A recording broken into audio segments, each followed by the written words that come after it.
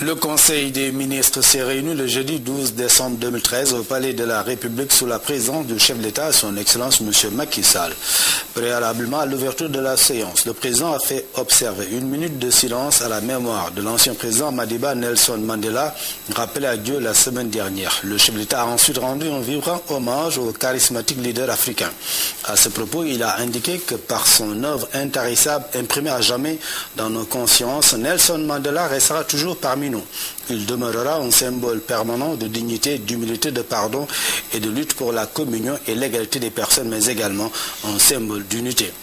Le président de la République a rappelé en Mandela une source d'inspiration perpétuelle pour la consolidation des nations et de la paix internationale.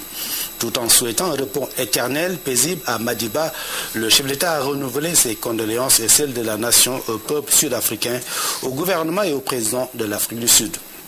Le président de la République a tenu à saluer l'admission de notre compatriote Ousmane Sow, un artiste de dimension mondiale à l'Académie française des beaux-arts.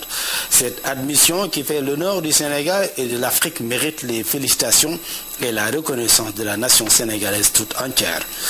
Au titre de sa communication du jour, le chef d'État a abordé dans un premier point la question de la relance du secteur des transports aériens. Il a souligné à ce sujet l'importance primordiale qu'il accorde à cette question. Dans la dynamique de construction de Sénégal émergent, le gouvernement devra dès à présent engager les voies et moyens de faire du Sénégal une plateforme aéroportuaire de référence dans la sous-région et en Afrique.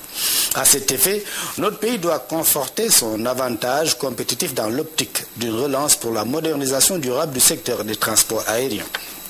Aussi, le président de la République a demandé au gouvernement de mettre en œuvre sans délai un plan de modernisation des aérodromes du Sénégal avec une phase d'urgence concernant les localités à forte potentialité touristique.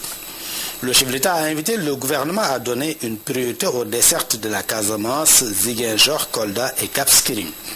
Il a ainsi engagé le gouvernement à accentuer le désenclavement aérien de Saint-Louis, de Matam, du Sénégal oriental, particulièrement la zone de Kédougou et celle du parc de Niokolo-Koba.